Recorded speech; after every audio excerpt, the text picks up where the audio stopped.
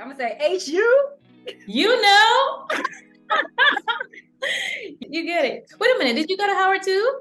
I did not, but I'm a DMV native. So like, okay, good. So I got tons of went to Howard, etc. I'm college, but I actually don't have a college degree. Okay. Was like a horrible thing, but now I don't really need it. So you know what? It's funny you say that because I was just this morning, I read this article. I get newsletters in my inbox all the time. And this morning I stopped to read one. And that part of the article really stood out to me. He's like, the guy, the author of the newsletter, he was like, look at y'all spending all this money on that college degree. Pretty much. I was like, oh my God, that's so terrible. But when I was younger, well, one, I didn't know what I wanted to do. So when it was time to leave high school, I didn't know what I wanted to do, and I didn't want to waste my parents' money. I was always a very considerate child, and so I didn't go to college. But in my household, you had to have a job or you had to go to school. That's how I got into dentistry. I applied at just random front office admin, and I must have applied at a dental office, and the doctor was impressed with my high school GPA. So she hired me, put me through dental school. I worked at a front desk, became a dental assistant, and I basically fell in love with dentistry. So I used to tell my students, because I used to teach as well, I would be like, so I didn't find dentistry found me. And here I am, 20 years later. And once upon a time, you used to have a degree for whether it was dentistry, admin, regional managers, whatever. So I don't know. And it wasn't even that long ago, but everything changed. And now I feel like a lot of my, the people that I know, there are my colleagues who are in dental. But the other people that I know that are not in dental, every one of them are on this path where like, the world is their oyster. I have skills. I don't have that college degree that y'all have, but because I'm making just as much money as y'all. And the skills is what you need, because knowledge doesn't really teach you what you need to know. Even in our industry as dentists, because I'm working with them on a regular basis. And how stressed they are about running their dental practice, because they're like, why didn't school prepare me for that? Because school was there to teach you how to be a clinician, not a business owner. Those are two totally different things. It is. So we haven't separated the two yet. I have no idea, but here we are. But it's like when I tell my colleagues and my friends all the time, like, can y'all, it's this thing, and it's a thing among dentists. They only know how to do one thing. You hear me saying they, like I'm not a dentist too. They only know how to do one thing. And that's dentistry. And I'm like, you have no other interests outside of dentistry. And so you'll never be able to, so you get to a point in your life where you want to pivot. Now you can't pivot. Now you feel stuck because you never learned how to do anything else. Absolutely. And I do understand that it's your artistry, which again, I've seen for 20 years. Like it's the thing you love to do, whether it's you're passionate about healthcare itself and helping patients, or whether it's the artistry of it. You still have to understand, again, the whole industry and not just the part that you want to take in. And that's where the conflict, I think, comes in, is not realizing what you signed up for at the end of the day. I think that's it. That's exactly what it is. You get into it, and then before you know it, you're like, oh, I didn't expect this. So, well, that's what we're trying to change, and that's what we're here. So I came across you. It's really good to see, like, just boss women taking up spaces, not only in dentistry, but of course in my own hometown, because I love the DMV. This is my home. I haven't lived anywhere else. But you're originally, though, you're like from the islands, right? I am. I'm originally from Jamaica. Okay. Born and raised. I migrated to the United States. I think I was 17, because back home in Jamaica, we graduated high school at 16, and then I started college there. So I did 2 years. Actually, did dental hygiene back home. So I was a hygienist. I was a hygienist for all of 4 months, and then I realized I'm going to stick to my original plan of becoming a dentist. And so I needed the prerequisites for dental school. And so I migrated, because my mom was already living in New York. So I migrated to the United States, lived in New York for a while, did another undergrad degree there. So I got a bachelor's degree in biology. Then I applied to dental school. Okay. And that brought me to DC. Now, why did you come here? Why did you leave Jamaica? Was it just like family, or was it for school? It was for dental school because at the time there were no dental schools on the island. Now they have two. Oh, wow. They opened up two dental schools about two in 2010, which is the same year I started dental school. But at the time when I wanted to get into dental school, there were none. Gotcha. And so I was like, okay, well, I'll just go do dental school somewhere else. Now, do you have plans to take any of these skills like back to Jamaica or open up practices out there? It's mind. It's one of those things where it's just a matter of timing and logistics and all that. But it's on my mind. Ultimately, eventually, either we do maybe a bi-coastal thing, or at some point in my life, we just kind of transition back home to that island life. It's sunny all year round, 85 degrees all the time. Yeah. Sand and beach, which are my favorite things, and the ocean. So yes. it's not bad, but you have to plan for that. Absolutely, 100%.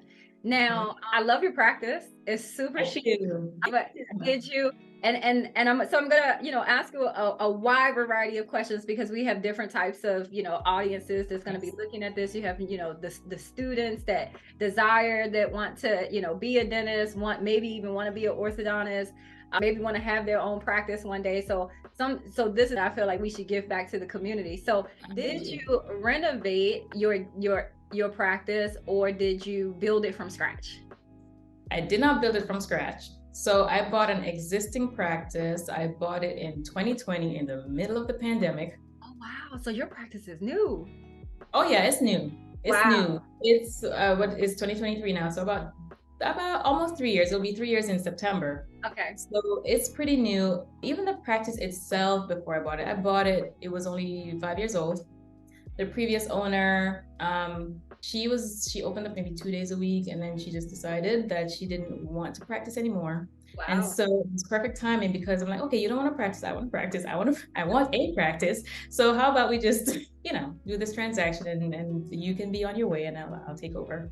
And that's essentially what happened. It was scary though, because it was in the middle of the pandemic. Yeah. Yeah. But I figured at some point the pandemic will end and it's only up from here. Yeah. So how did that occur? Because I had a lot of dentists that came to me during the pandemic and sort of in the same situation. They're like, I just opened up this practice and I am in the red because they had patients leaving, one, because of the transitions of ownership, and then again in the middle of a pandemic. So how did you? I actually didn't experience that. The was healthy when I took it over. Now I've since built it up to double what it was doing when I took it over. But any transition is always a transition, right? And so the previous patients that were there, it's orthodontic, so I did need to finish them out. Yeah. So the previous owner was a little bit older than I was. Seeing a younger female come in, a younger Black female, it was a little bit of a change for them. And some had a rebellion against that, and I understand that. Yeah. But for the most part, people loved the change, and it was a decent transition. I finished out those patients over time, and then brought in fresh blood, new patients after that. And I really do believe that you attract your ideal customer, your ideal client, or your ideal patient, because I found that the patients that were with the previous owner were a lot like her. Yeah. And my current patients, it's so interesting, right? My current patients that I attracted are a lot like me. Yeah. Yeah. And so, it's just interesting. It's just an interesting fact to know. Yeah. No, I 100% though agree, because again, working with a lot of dentists, the ones that are stressed and micromanage and give their team members a hard time attract the same types of patients. Yeah. Continuously contribute to the chaos and the stress and the difficult times. Your vibe attracts your tribe. Absolutely. So it's just like, if you change your mindset on what it is that you want, so like this is one of the biggest things that I teach is like vision. Like, what's the vision that you have though for your business? Like, I understand that we got out of school and we're dentists and we just want to practice, but you opened up a business. So now what's the vision for the business? Yeah, like, because you got to put that out into the community for them to say, hey, I want to do business with that person. So exactly. I guess talk about that, because you were talking about how you attracted, a new flow of patients that came in. So how are you doing it? Because marketing is a huge big thing for a lot of dentists. So It's did you do that through the insurance companies? Did you market on your own? Did you invest in marketing? What was your strategy on that? marketing strategies. So there are a few things that works in the background, right? And the biggest marketing that I've found that has the greatest return is actually internal marketing. Nobody knows you and your practice better than the people who are already here. Yeah. So internal marketing is big for us.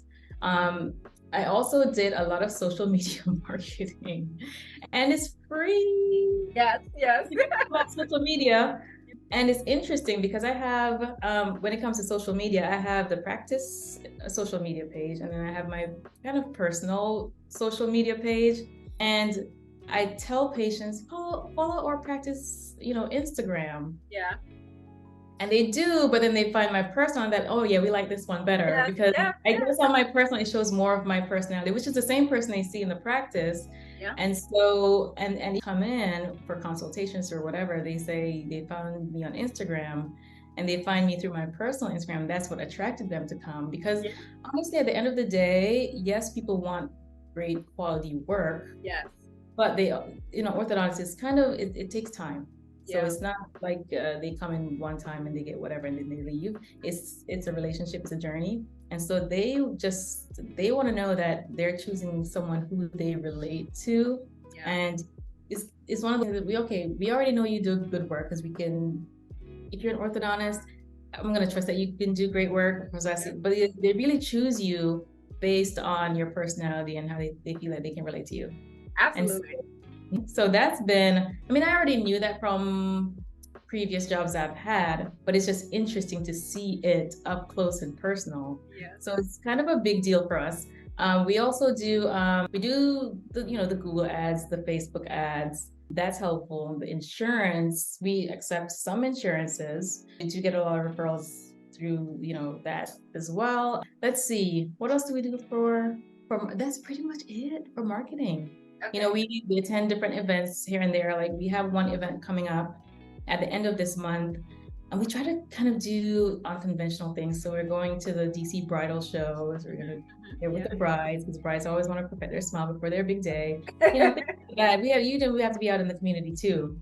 Yeah. And so that's kind of our methods of marketing. Yeah. No, I love the fact that you touched on the fact that they follow your personal page, because I tell business brands that they'll have like a business page and a personal page, and then sometimes it feels like it's too much to manage both pages, and I'm just like, if most of your content is about your business, just keep your personal page, because people really want to just like do business with the person.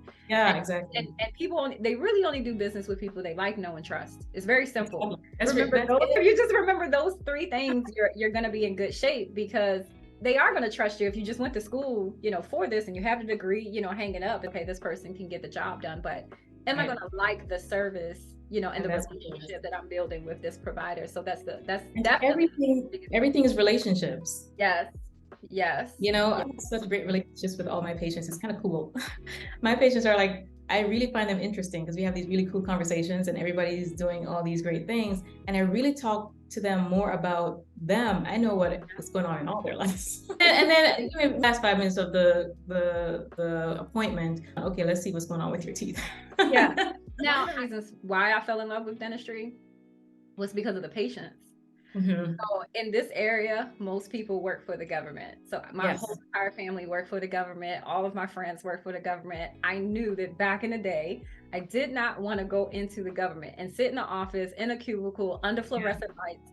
And like that was that was daunting to me. So not knowing what I wanted to do, didn't know like, okay, I'm not going to go to college. Like, so when I ended up being in the office, I actually was an assistant and was learning the procedures and like talking to the patients and like helping them through their that's what I fell in love with, like the conversations that I got to have with patients and helping them overcome their fears, making them feel comfortable, giving them their smile back, getting them out of pain, etc. So patient care is really important to me.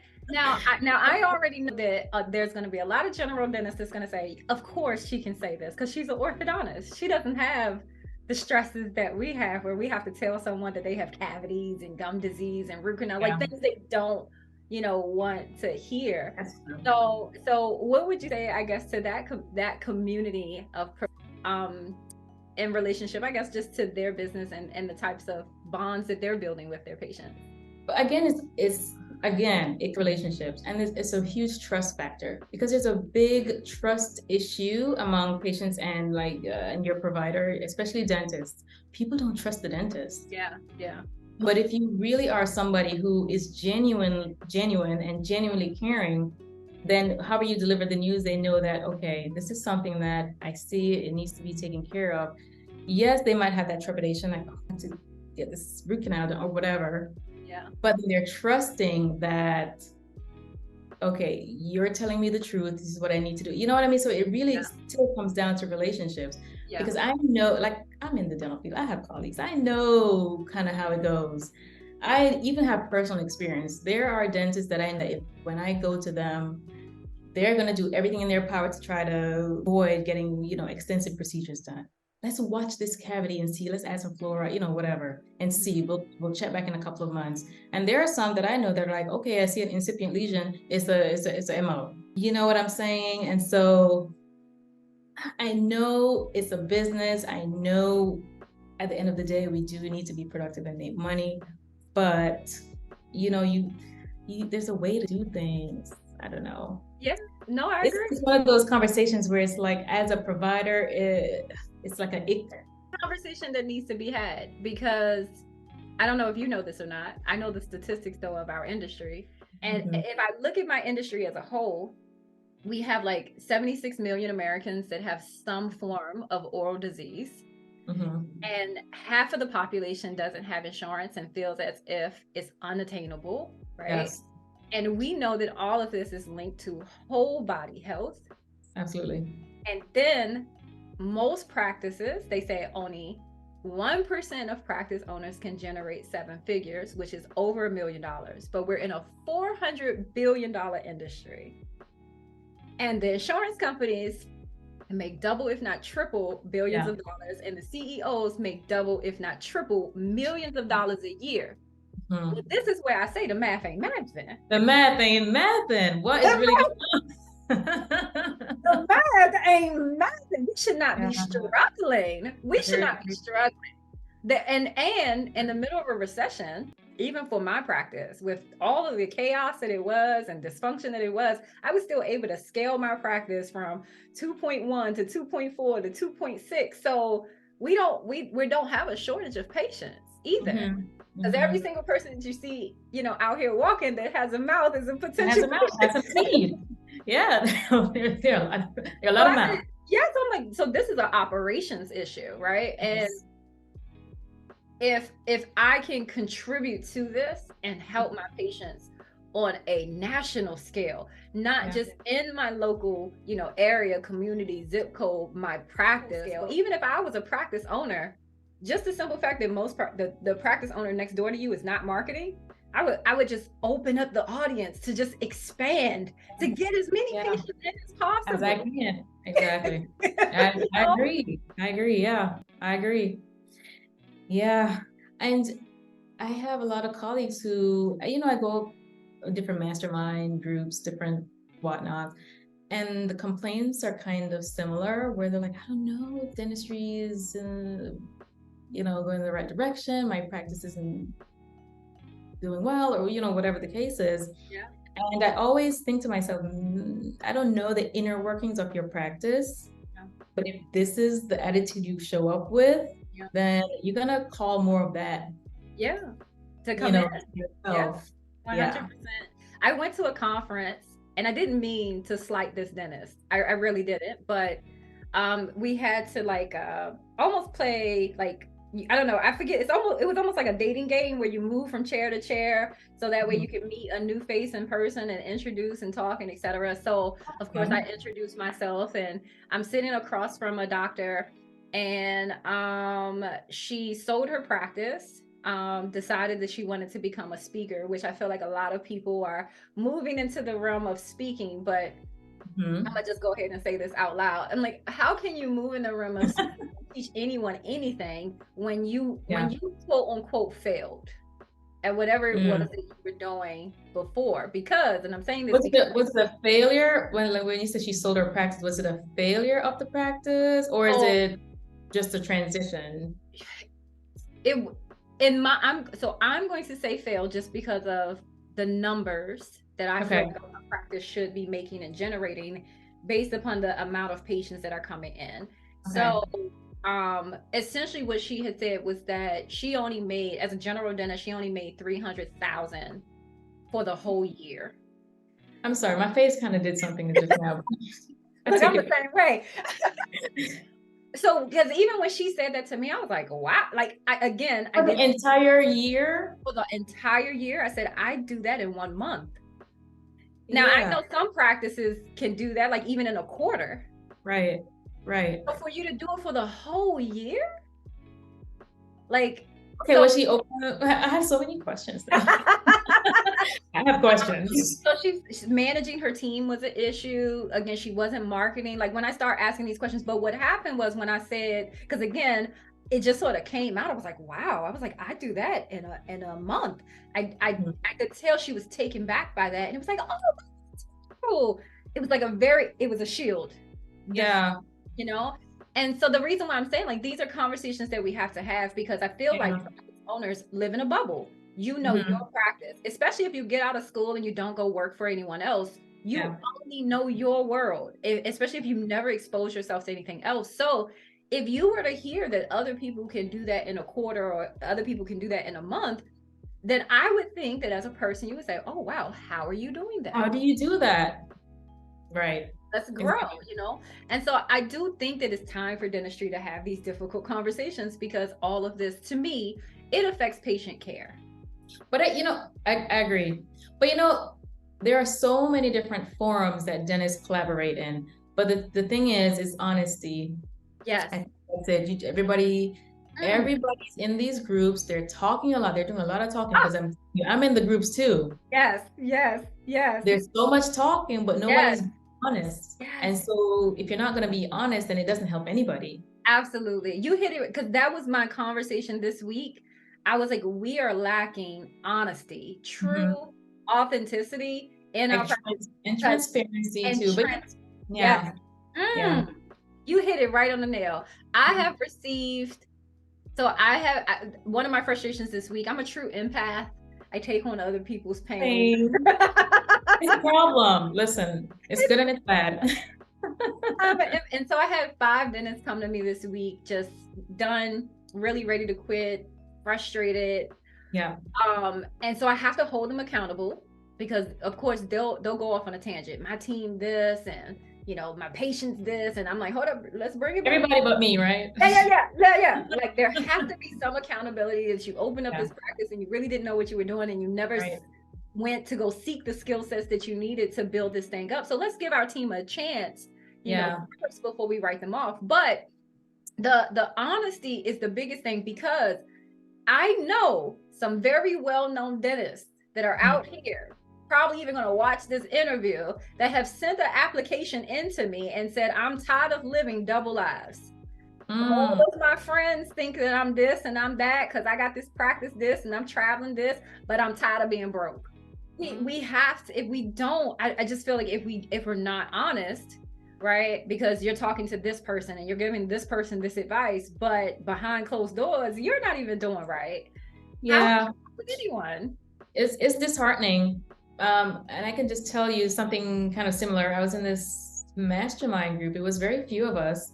And then we had to disclose, our numbers, because that's the stuff that's going to be helpful. You disclose your numbers, you disclose, similar things that what we're discussing, your marketing, what you're generating from your marketing, if that's bringing in any ROI, all those things. And you have your goal for the year. And then at the end of the year, you reconvene, did you hit your goal? But then there's this one particular person who was seemingly doing so well. They're so busy, they can't even take on any more patients for the next however long. But then at the end of the day, you're the only one that doesn't share your numbers publicly. And I'm just like, well, why not? Yeah. And then why are you in the masterclass if we're not going to be honest and transparent? I'm looking up to you because you're doing so great. And I'm using you as kind of a yardstick, you know, Of not a what's achievable. comparison, No, but but what's of what's, yeah. achievable. So Yeah. I'm looking forward to seeing if you're booked out for 3 months. I mean, that's kind of a good problem to have. Yeah. Yeah. What does that number look like at the end of the year? Like, what have you? So when you hide that, I'm just like, were you lying? You know, you may not have been. You may just be not open to sharing that publicly, and that's your business. I'm gonna just tell you they lying. I'm just gonna tell you that. I'm gonna just say, because, like, again, like, if you have a business, one, this information is public record. Yeah. Unless you have your information, like, you know, file closed where, you know, no one can see it. But Yeah. the statistical data, you know, tells us that most practice owners are struggling. And I work around and with a lot of CPAs that dig into practices. I dig into practices and do practice analysis all the time. Again, I've been in dentistry for 20 years, whether I'm a strategist now, but even before, I used to work in practices and still repair and build these practices. And most of the team members see the numbers before the doctor does. We're the ones doing all the work anyways. But I'm working with CPAs, I'm working with coaches, I'm working with, you know, all of these people who see the numbers on the regular.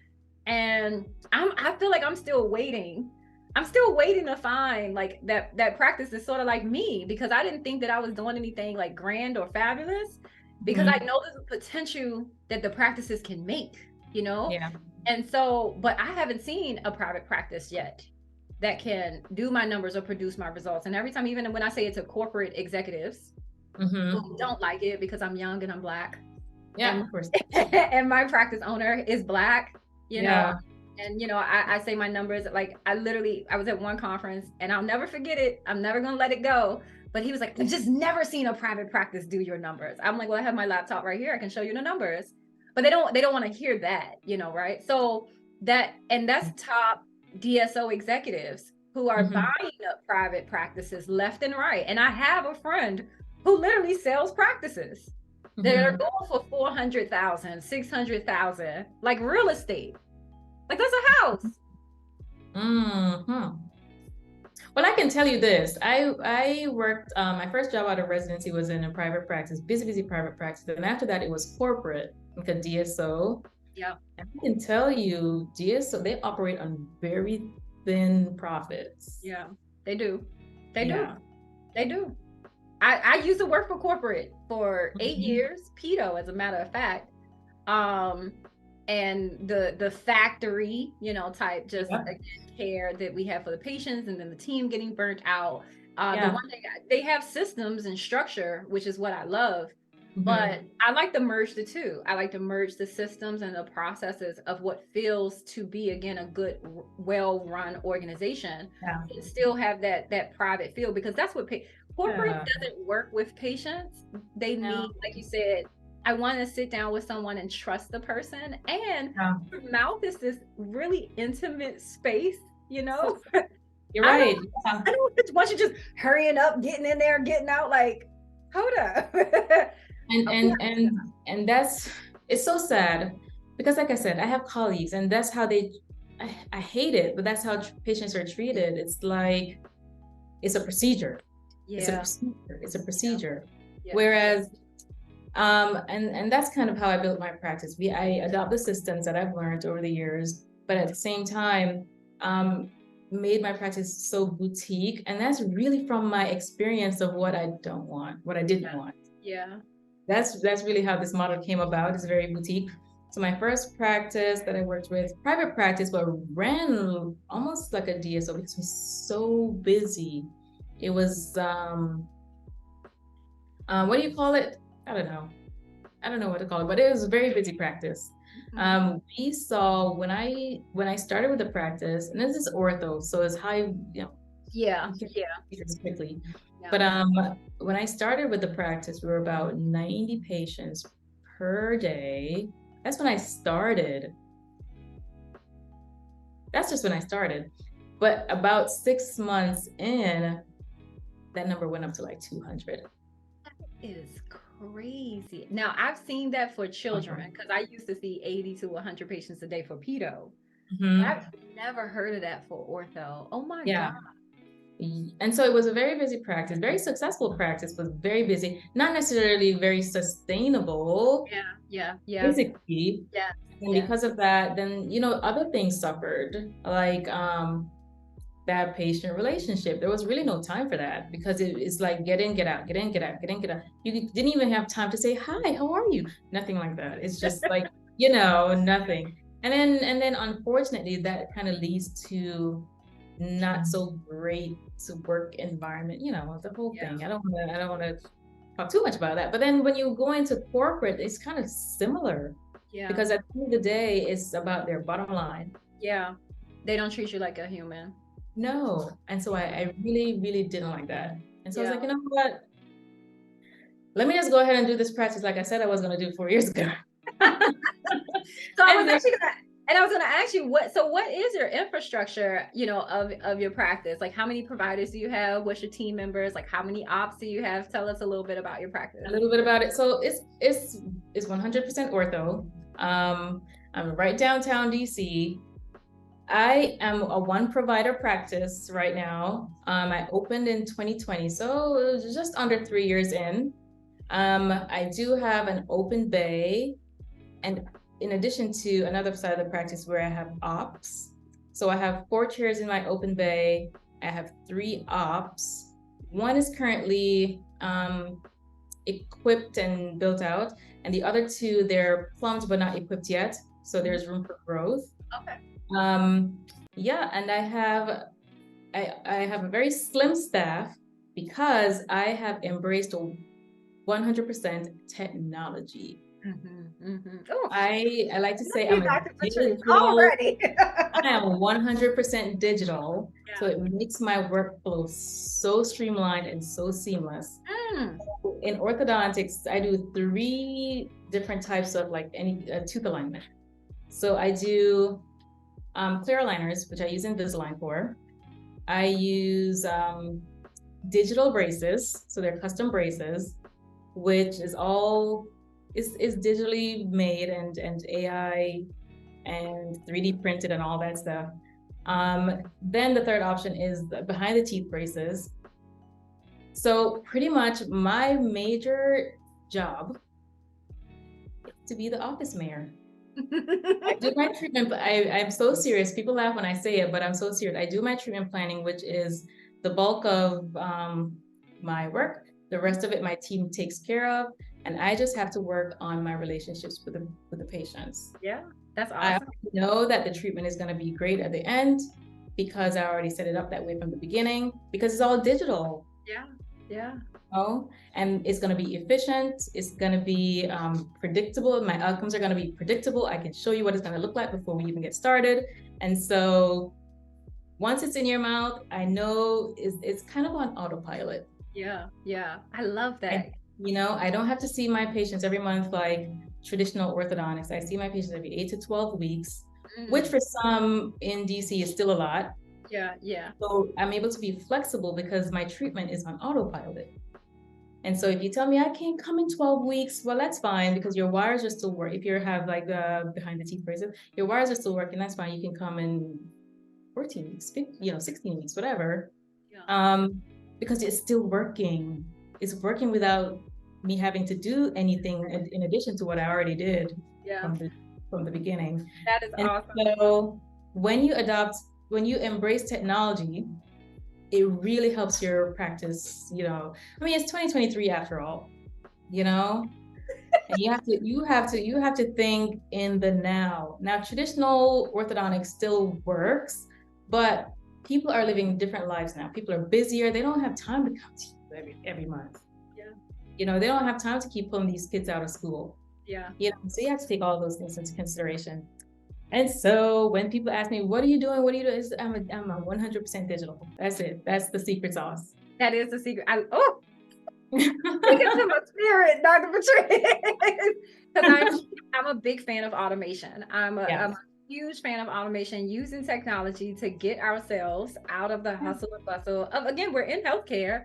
So we are outnumbered as far as provider to patient, ratio.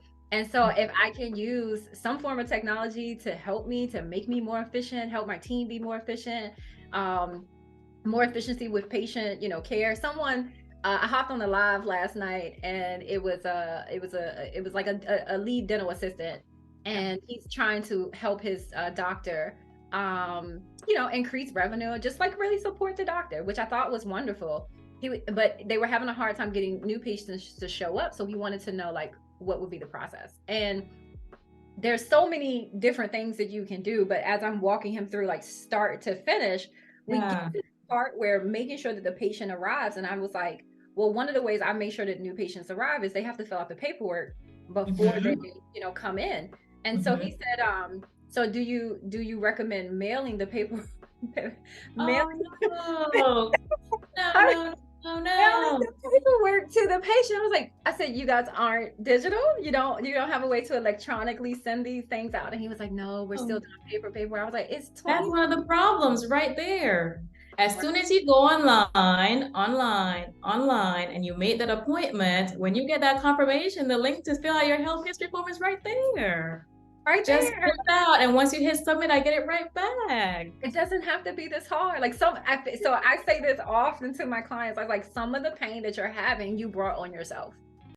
Like this, they just haven't like progressed, Yeah, and I also call it traditions. Like, I don't know if it's just because it's like traditions and we're just used to, but even medical, like almost all medical is like digital now. All of their systems talk to each other. You go to the hospital, you go to your doctors, it talks, to one another. That's true. Yeah, That's so true. Speaking of that, back in January, I for the first time I visited One Medical. You know One Medical. Amazon actually bought them out the other day. Oh, wow. So Amazon now has healthcare. One Medical, right? So my first time visiting One Medical was in January. I actually did my physical with them right up here in DuPont. They said, I went online, I registered or whatever, paid the fee. And then pretty much they were like, download the app, choose your location, choose a time and date you want to come in. And it was they had flexible hours. I chose my time. I chose my doctor because they had all the doctor profiles loaded up. You just kind of choose whoever resonates with you. You go in. It was so nice. Let me tell you about this whole experience. I want to do that in my practice. So you go in, so you have a 10 o'clock appointment. The doctor himself walks out, Patrice, I'm Chris. And I'm like, hey, Dr. Chris. Oh, I'm Chris, it's fine. And I was like, that's different. Okay. He brings you to a room. He does his exam. The nurse doesn't do it for him. And then I'm sitting there waiting forever for the doctor to come in. He does it himself. It was quick, efficient. I did my labs, whatever I needed to do. Everything got uploaded in the app like within 30 minutes. I got my lab results the next day. And then Dr. Chris sends me a text message. Hey, just wanted to discuss your lab results. Shoot me a text message whenever, if you have any. And I was like, this is cool. Yes. That's amazing. Just the user experience. Yeah. And so that was just January, and I'm like, I'm doing that in my practice. So no, I'm literally, I found the system I wanted to use, and I'm working on integrating that. And I guess I have a deadline of like summer. Because I love that. I love the experience so much that I'm like, yeah, let's do that. I am so glad that because you're resonating with me, because I'll pick up other things outside of our industry, and I'll bring it, to my office or whatever, and make it work because it works. So like even with the paperwork, I got that idea from Johns Hopkins. My daughter had gastro issues, and so because so many people come to Johns Hopkins for specialty services, they were like, if you don't have this paperwork in by a certain time, her appointment gets canceled. So of course you're like, sense of urgency, and I need her to have this appointment. We needed to figure out what was wrong with her. But they were the same way. Everything was digitized. All of her stuff was uploaded. You could see everything. You could see the results, text messages, that as well. So it was awesome. And COVID showed us, the pandemic really showed us that we can do this. we can digitize, we can have meetings online, you know, Yeah. Yep. to do all of this. So I almost feel like we forgot about the pandemic a little bit, and we have reverted back to our old ways. Some people did, but then there are others like us millennial docs. There's some, you know, I could see that where some reverted, but then some really, all the innovations that came out of the pandemic were like, okay, wow. Yeah. Pandemic didn't happen to kind of push us in this direction, we probably wouldn't have evolved. Yeah. But I love the way, you know, some good things came out of the pandemic, and this is Yeah. one of them. And I love it, and I can't go back. Yeah. So it's like two different mindsets. Some people reverted, and some people are like, I will never. That's so antiquated. You know? No, I thought you did have another provider. I thought I saw a guy on your. Oh, my husband? What This, you're talking about my husband, Dr. Reginald Baker. He is a dentist as well. And my husband he's actually semi-retired. Okay. So he's been a dentist much longer than I have been. You know, worked in the industry for about 20 years now. Wow. So that's a topic for maybe another conversation with you, but he can tell you his whole story and how he said he was gonna, well, how he tells it is, at his orientation in dental school, he remembers this speaker, can't remember the guy's name, but at his orientation, he said, you know, guys, dentistry is a 15-year career. If you play your cards right, it's a 15-year career. And he said, that's the only thing I remembered from that orientation speech. And so he literally, you know, went into dentistry, bought his practice, and the 15-year mark, sold it. You know, along the way, you have to make smart decisions and invest properly and all that stuff. But now he practices kind of how he wants to, when he wants to. And so that'd be a nice, you know, topic for another day. Absolutely. Okay. So just you, just your team. How many people do you have at the front desk? How many assistants do you have? So I have a very slim team. So I have my office manager. You know, he's my front desk. And like I said, I have everything streamlined. So he's not overwhelmed with a whole bunch of things to do because everything is digital. So there's him. He also serves as my TC.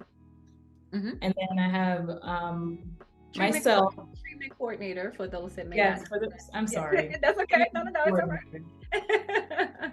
Yes, and then I have my one full-time assistant, myself, and every now and then a part-time assistant.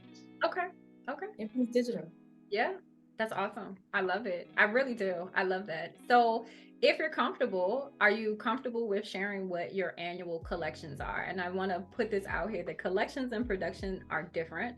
So for dentistry, the way that it should be is that you should sell your treatment and then you should collect the revenue for it. And then you should produce the treatment that you just collected the revenue for, which is what any sales transaction would be. And so right. In our industry, it's backwards. We typically produce and then we try to, you know, collect. So, and I'm saying about the audience that doesn't know this, you know. So if you don't, I don't mind at all. Okay. But I have to say something about this whole production collection thing. Because you know how it is in orthodontics. Mm-hmm. Traditionally in orthodontics, you have a production number and then you collect over a long period of time, sometimes even 24 months. And so the practice that I purchased, that was how the system was. That's how most of ortho offices are. And then around in 2021, I realized this isn't working for me. Yeah. You know, I'm all digital, which honestly, all my systems are digital, which means, you know, there is a cost associated with all this technology. Absolutely. And so the way I was collecting just wasn't working for me. And so in 2022, I made the decision to not have these long drawn out payment plans that I take forever to collect. Yeah. And the added thing about that is, you know, the pandemic had happened and some people were in financial situations and I'm always the last one to get paid. Yeah. You know, you're gonna pay your mortgage, you're gonna pay your car note, you're gonna pay your credit cards. But when it comes to me, it's like, oh, I don't have it this time. Yeah. And so I don't do payment plans anymore. And that has significantly affected my collections, you know, in a positive way. And so now it's at a point where I collect what I produce. Mhm. And so I don't have, before I collected later. Mhm. And so eventually they would be equal. And then I would have like a 98% collections rate or something like that. But now it's 100%. Awesome. So yay. I love to see it because that's what I want to see. I want to see 100% of collections, you know, and because what you produce, you collect what you're collecting, you should produce, it should match. Typically in our industry, there's $120,000 difference between what's produced and what's actually collected when you start diving into practices, which is a huge amount of money that's gone. And we're not talking about insurance write-offs. We're just talking about doctors who sit down and produce the work and don't collect. Yeah. And I don't know any business that really would allow you to come in and purchase services and not pay. Yeah. And I don't know what it is about dentistry, but even from a mindset thing on the patient's part, I've had to work through a lot of that too, where I'm like, yeah, I do my payments in full. Now, if you want to take advantage of monthly payments over time, we encourage you to sign up for Care Credit. Yeah. You know, or another form of, you know, third-party financing like that. You can pay over time if you like. It's available to you, you know. Absolutely. But I'm gonna get my money up front. Absolutely. I'm 100% with you. And so it's a mindset shift even for the patients. And so because traditionally for dentists, I don't know what it is. For medical, the mindset is different. But when it comes to dental, I don't know why it's different. Traditions. It's traditions. It's conditioning too, because this has been going on for a very long time. So I had to, even a lot of the practices that I go into, even the practice owners that I work with, I'm like, you're going to have to recondition your patients and be prepared that some patients are going to leave you, right? As you start to implement these new things into your practice. Because it's just like children, they need structure, you know? If you have patients just doing whatever they wanted to do, you know, and now you're starting to enforce structure, some people are not going to be for it, but that's okay. Because then they're going to go somewhere else. The chaos is going to leave your practice and they're going to go take it somewhere else. And you know what? And that's the mindset that I've had about it. Because, you know, you do consultations and then the end of the consultation, when my treatment coordinator goes in and then there's a discussion about the financing option. And then some people, not everybody, but some are like, you have to pay in full. Yeah. I mean, you don't have a payment plan. There is a payment plan. Absolutely. With a third-party company. You know, and so then they end up leaving. I'm like, well, that's fine. I had to get to a point where that was okay. Absolutely. Yeah, because it's like what happens too is that if you don't have the internal operations to man that, like have someone call and follow up or become a collection company, basically, become a financing company, basically, you know, like your team could, I would rather for my team to focus on patient care. I just don't. Exactly. Oh my gosh, that's it right there. So like I said, in 2021, I was having that discussion, you know, I was putting a lot of pressure on my front desk. Hey, where's my AR for the month? Call these people, and then it just took him off of everything that he was supposed to be doing. Yeah. And he basically became and then I'm having to research collection agencies. I'm like, no. Yeah. We're not doing too this. much. We're not built for it. That's not what we're here for. And I just decided. It's honestly a lot of things is just one decision away. I just decided I don't want to do this anymore. This doesn't work for me. I'm going to change it. Look, that's going to be the title. One decision away. One decision away. I love it. I had another interview with a doctor. You'll see it soon. But one of the things that she said in the interview, she said, know the beginning. She said know the end from the beginning. I said, that's the time. Yeah. You know, when it hits, right? It is. That's it right there. I love that. But you're like when I went to decision. One decision. Just like when I went to One Medical, I had that whole experience and I was like, I want that. Let's do that. And I'm gonna do that. And really, and then really revolutionize the industry, not just your practice, but the industry, because then you become the blueprint that like, hey, you can do this, this can be done. Let me show you how to do it. It just takes that one person to be the thought leader and change, you know, so much. So so what are you producing? Are we in the 7 figures? So we just hit that mark at the end of 2022. Awesome. And then the productions and the collections were there. So I remember you reached out to me early 2022 and I said, my production is there, my collection ain't really there yet. So let me get back to you when I have both numbers and that I can truly say we're in that bracket. So we're there. Absolutely. Congratulations. And I knew that I could just tell even before we sat on the call, I knew that you probably were really close, you know, to get there. But what I'm really trying to do is to help other dentists see that like this is achievable. This is possible, guys. You don't have to like have a superpowers. You know, you don't have to have a special cape. There's no special education. Like you really said it. It's just one decision. Yeah, and I mean it's an ongoing process, right? There's always room for improvement, and there are always things to work on. And I always say this too to other people, like work smarter. Yeah. Yes. Work smarter, not harder. The number one question I get from most people is, how are you doing all this? It's your systems. Yeah. You know, why are you running yourself ragged? How much do you make a year? And then they tell me their number and it's like, yeah, you know, yeah. Like, how do you sit and be busy all year and make 300,000 in your practice?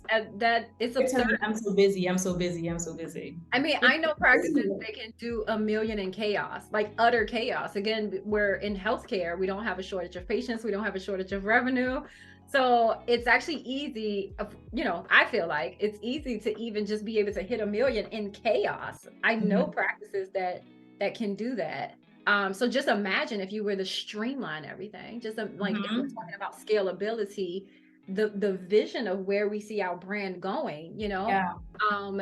Now you're just duplicating it. Like once you get the formula down, it's like, okay, I just duplicate and then I just scale and I just grow. That's it. It's like you know, I'm at the point now, I mean, we're always going to be in a growth mindset, right? But I'm at the point now where what I'm focused on now, I think we have systems in place in our practice. Everybody kind of knows their role. Everybody knows everything is streamlined. But now we're focused on, okay, now that, and we have to always lay the foundation first. That's another big thing. You can't want to grow, but your foundation is rocky. You're going to crumble. And so now, you know, I feel like we've spent the time to really make a solid foundation. So now we can focus on the growth. You know, and so that's where I am now. Are you sure we're not twins? Because you are just speaking my whole entire language.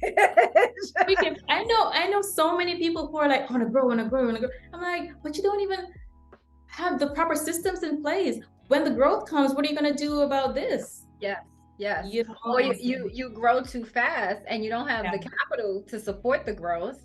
You're stressed out and you just no longer love the thing that you fell in love with. And so so it's like, it's a process and it's time and place and you just have to do it strategically. Like everything has to, like one foot is in front of the other. Or what did they say? The horse before the cart. Everything has a sequence, right? Absolutely. I try. I say left foot, right foot. You can't walk with both feet. You know, at the same time, it's left foot, right foot, left foot, right foot. So let's talk about you because I do want people to be able to get to know you. So let's just talk about, you know, what do you have going on right now? What projects are you working on, whether they're inside of dentistry, outside of dentistry? That's an interesting topic. So I like to call myself the unorthodox. It's kind of like my personal brand.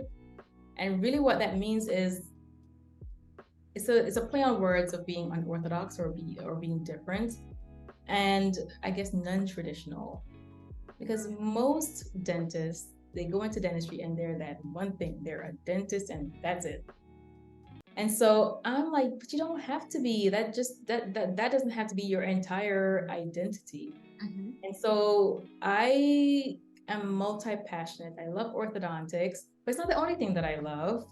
And so I also I laugh because when somebody calls themselves a blogger, it's like, why?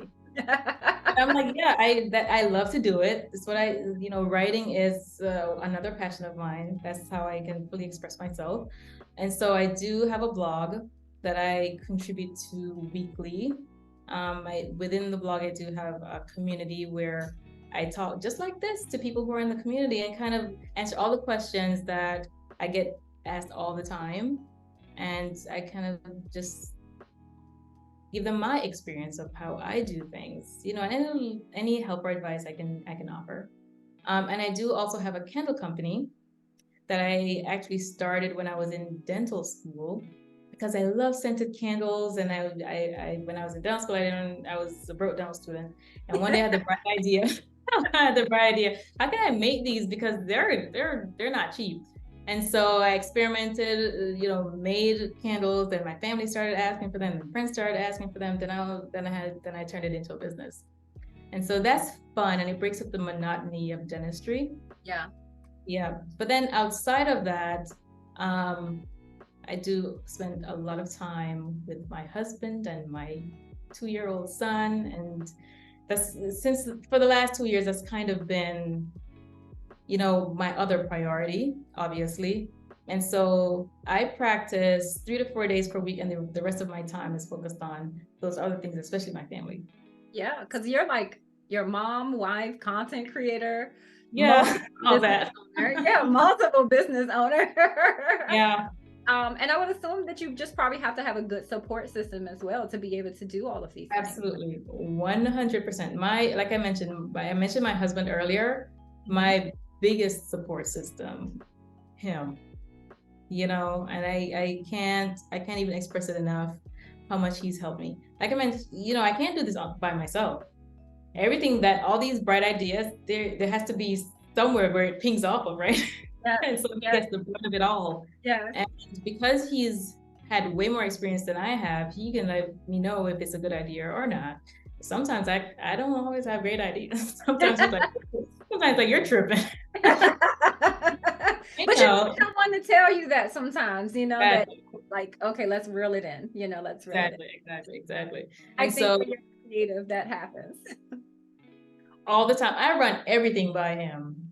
Even honestly, it may not sound like a big deal, but even your social media posts, it's a big deal. You have to be careful of what you're putting out there. So he vets them. I'm like, look at this. And he might tell me, you're a little too comfortable. Don't post that one. And so I was going to ask you about, social media, because that is seems to be a very, I think, daunting and scary thing for a lot of dentists, a lot of people in general. Yeah. So if you can give me a little bit, whenever you need to roll, just let me know. But give me a little bit about your social media, your strategy, your content schedule, so maybe other people who might be interested in you can do it. You know what's funny about that? I used to have a social media strategy, and I used to have that all mapped out. I still have, where the planning app where I plan all my posts and I schedule them and all that stuff. I do have that still. But when it comes to my personal Instagram, since my son was born, I kind of don't hold myself to a specific posting schedule or even so much of a strategy so much. I used to, but I kind of let it flow now. Yeah. You're going to get what you're going to get. Kind of like that. I mean, there still has to be a little bit of thought behind it, because you have to be intentional what you're putting out. But at the same time, I'm not so hard and fast about it, because you don't want to spend too much time on things that aren't really bring in the ROI. You know what I mean? You know what I'm saying? Like, That's true. Be present enough so that you're relevant. You're showing your face. You're showing up, but don't let it consume you until one day you're looking up and you're like, I'm spending so much time over there, but what is it really doing for me? You know what I'm saying? Absolutely. The last questions is really just about you and what advice you might give like the younger generation who's coming up. So like one, what vision do you have for Infinity Smiles? And then what wisdom do you feel that you have gained that you wish that you would have known beforehand? So basically like what advice would you have given the younger version of yourself? So first, what vision do you have for Infinity Smiles? Like where are we going? Okay. What's a piece of advice that you would give the younger version of yourself? Okay, those are good questions. So, I'm in downtown DC. And here's the thing about being in DC. There are not a lot of people that look like me in this part of DC. A lot of the folks that I know that look like me are in other areas, other parts of the DMV, like Maryland. Yeah. And so I want to be the go-to person in DC for people that look like me. If they're looking for a Black female orthodontist, then this is my goal. I want to have a space for those people who want me. You know what I mean? Because a lot of people, I'll tell you, a lot of people come to my practice and they're like, oh my God, I'm so happy that you're here, because I don't feel like there are many of you. Actually, I didn't find any more. You're the only one. It's hard. I've actually looked myself because I probably need to make an appointment to see you. We need to correct 8 and 9 and 24 and 25. And like this will be my third time being in braces. So we're not gonna talk about it. But I'm non-compliant with Invisalign, and I was like, girl, if you just don't throw some braces back on your teeth and call it a day. But so if you look at me in certain camera shots, it doesn't look like I need it, but that profile, then angles. Yeah, there you go. so you can tell I've had ortho work before, and it's like I had it when I was 18, 19, and then lost my retainer, Of course. And then that's the story always. That's the story. And then got older, got into it again. I actually used to work for Smile Direct Club. So I had it then. I use Invisalign at my office now, but I'm so non-compliant. I don't keep my trays in long enough, and so I'm like, traditional braces are going to be for me. That, or because you're client facing, you do a lot of these speaking engagements all the time, maybe behind the teeth braces. Told me that may not work for me, just maybe because of the angle in which my teeth are, I guess, or like biting down, like they pop off easily, and so okay, all right. For a consultation, Ashaunte.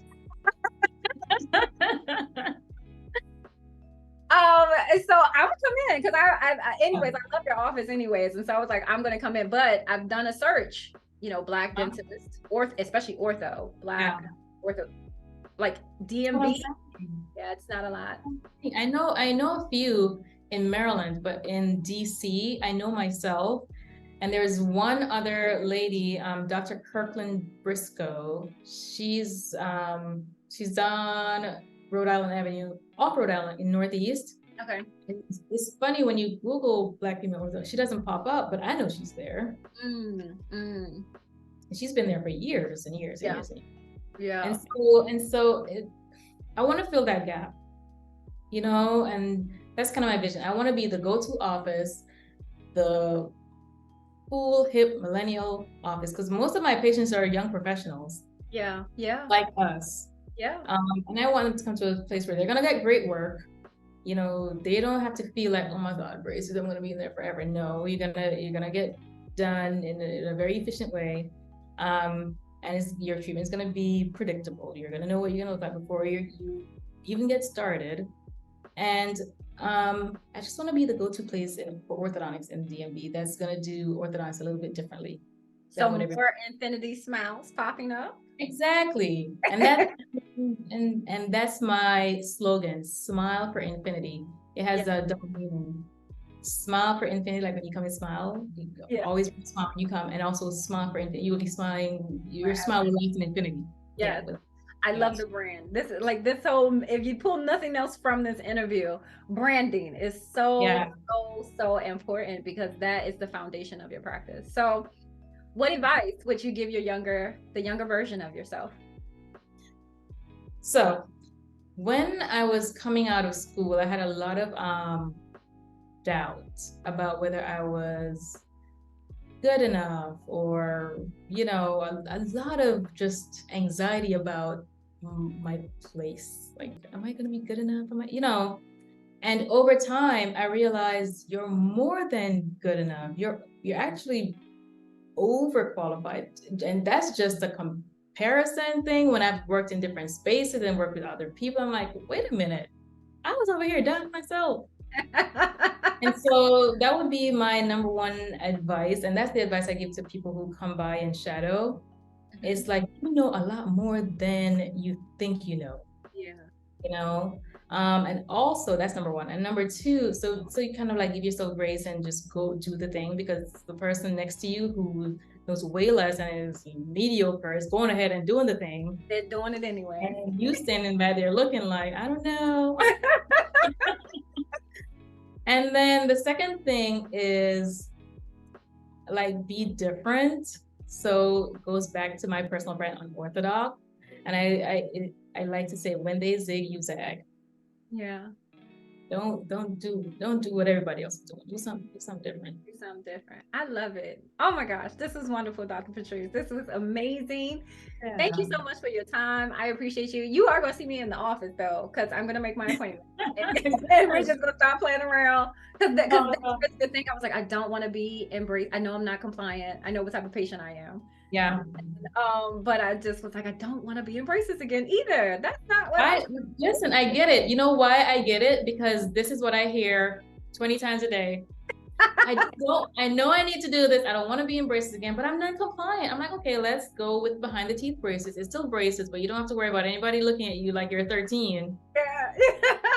And it's on autopilot, so you don't have to worry about being compliant with the trays, remembering to put and all that stuff. Yeah.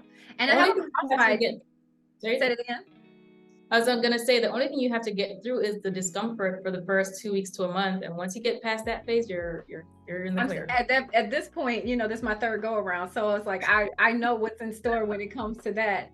But I have a crossbite that has never been fixed, to be honest with you. Oh, okay. It might, if it's never been fixed, it might be a skeletal crossbite, not just dental. I don't know. Yeah, you'll look at it, you'll see. I'll document the whole process. We'll put it on socials. Yes, we'll put it on social media. I actually thought about having this as a pilot, sort of like, I don't know, content. It's just like visiting different dental offices and that you have in. Like, I thought that would actually be pretty fun. That would be fun. I could see you scrolling and be like, ooh.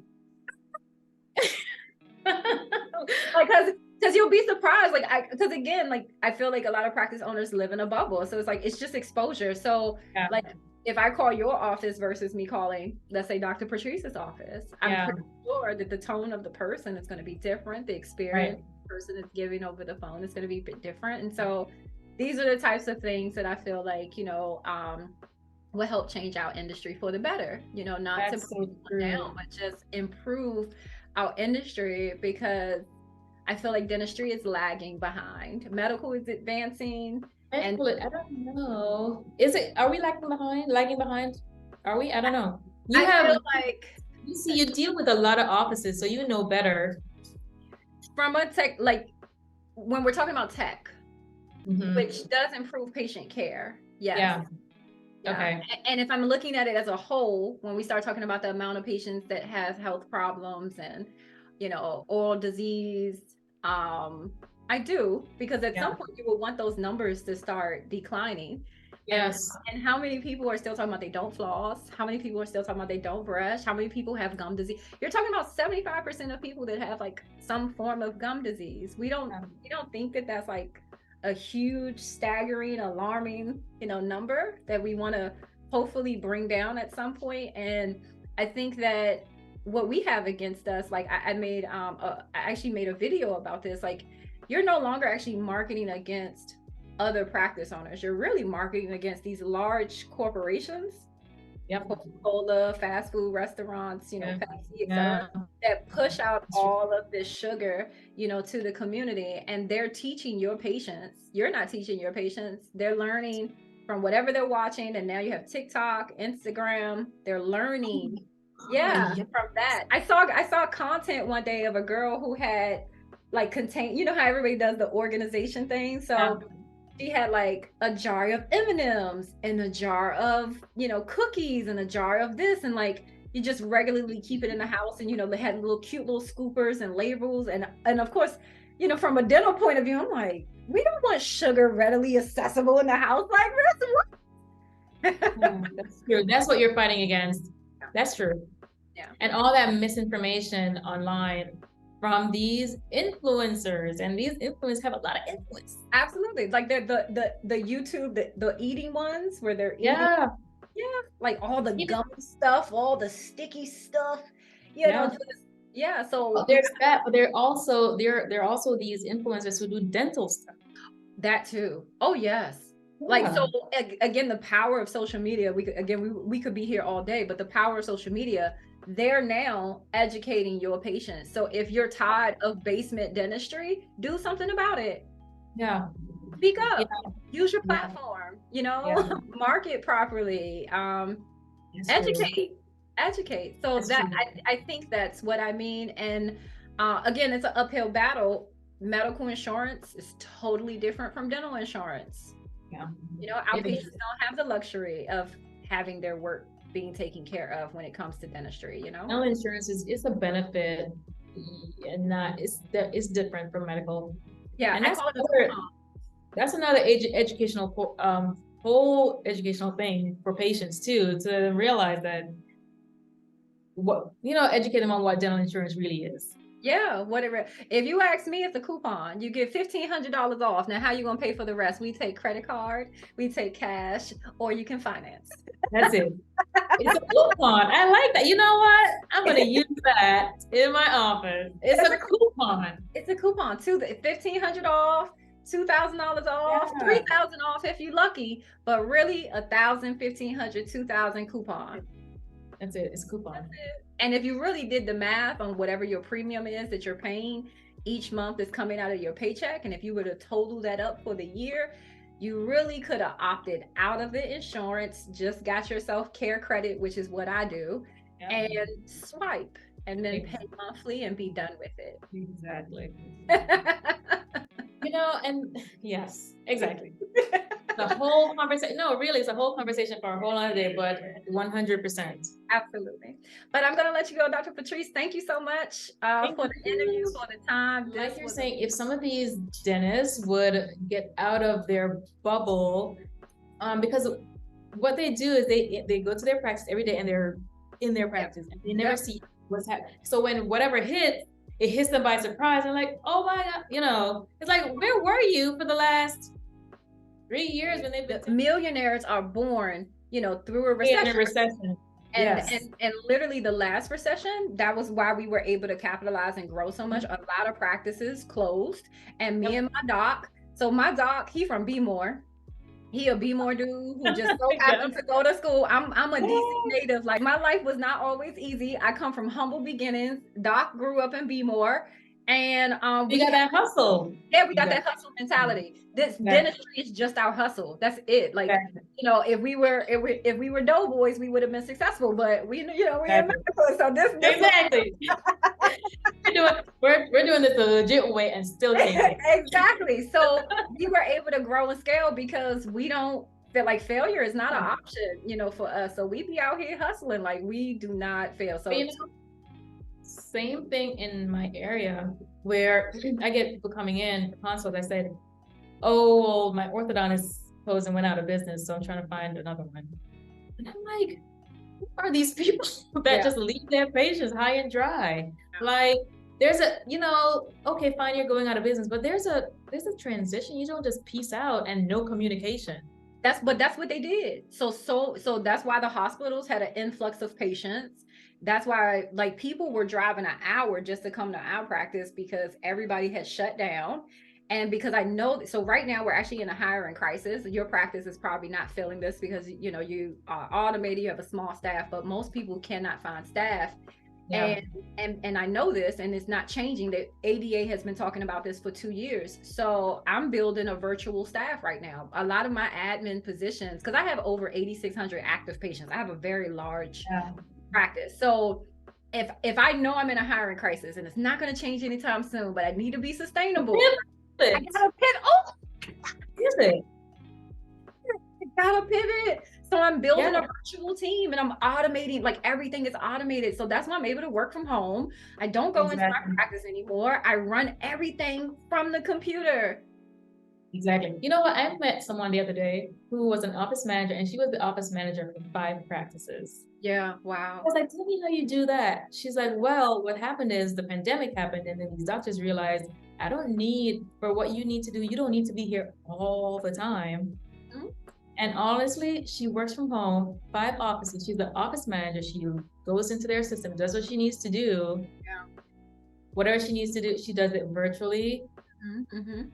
And so listen to what this does for her. Instead of sitting in one office collecting one check, she collects 5 offices. That's crazy. That's so. And for the doctors, they get to cut their overhead. Yeah. Win-win. So that's almost like my program. It's just that I'm not packaging it up that way because I do a lot more. Yeah. But essentially, I integrate myself into their practice because half the people that they put at their front desk, they're not trained to run a multi-million-dollar business. Yeah. Like they take people off the street and sit them at the front desk, which is your money-making hub, and then trying to figure out why they're not financially sound. And it's just like, who does that?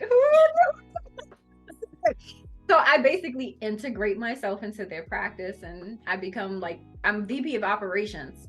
Yeah. So I'm going to become VP of operations for everybody. But then I have a whole marketing team behind me of 20 people. So we run their Google ads. Nice. Help them with their sales. That's a whole production. Wow. It's the full 60. Whole production. Because for 20 years, I've been listening to dentists say, I went here and got this training. I went here and got this training. I went here and got this training. And you're going to these different places, still not getting what you need, but you're also struggling with implementation because you can go to all these places, but then who's going to help you implement when you get back to the practice? So I really wanted to solve problems. So when I launched, I was like, okay, look, let's just put this information out here. Free training, free training. Just go sit for the training, get everything that you need. But if you're ready to scale and take your practice to the next level, or even just step away from the chair, those are the people that sign up for my program. Right. What lately I have been attracting is, yes, people who want to get out of the chair, but they're just so, they waited too long, right? Yeah. To seek help. And that's because it's like, even though I can turn a practice around quickly, like really in 90 days. If they're already checked out, there's not much you can do. Exactly. If you're checked out. If you wait till you're done, what you want me to do, work magic? Like you're going to have to be in there, and we're going to implement some things that you're going to have to be present for. And yep. And that's so that's why I was working on creating the other option where it's like, if you want to sell your practice, I actually could buy it from you. And then you can still keep your name on the door. And it's basically, I set myself up like a DSO. Right. You can keep your name on the door. I can run your practice. I'll run it for you since that's what you're running from. That's it. So it's like whichever one you want to do. If you want to stay in, like, okay, hey, I can help you. If you want to get out, okay, I can help you, as well. So, but I get it. So that's the purpose of this. We just want to be real, put this information out here. Like, let's be honest. Let's be transparent. Yeah. But then let's put a plan in motion to change, not just talk about it, but to change. And I figured the best way to do that, again, with everything, is love.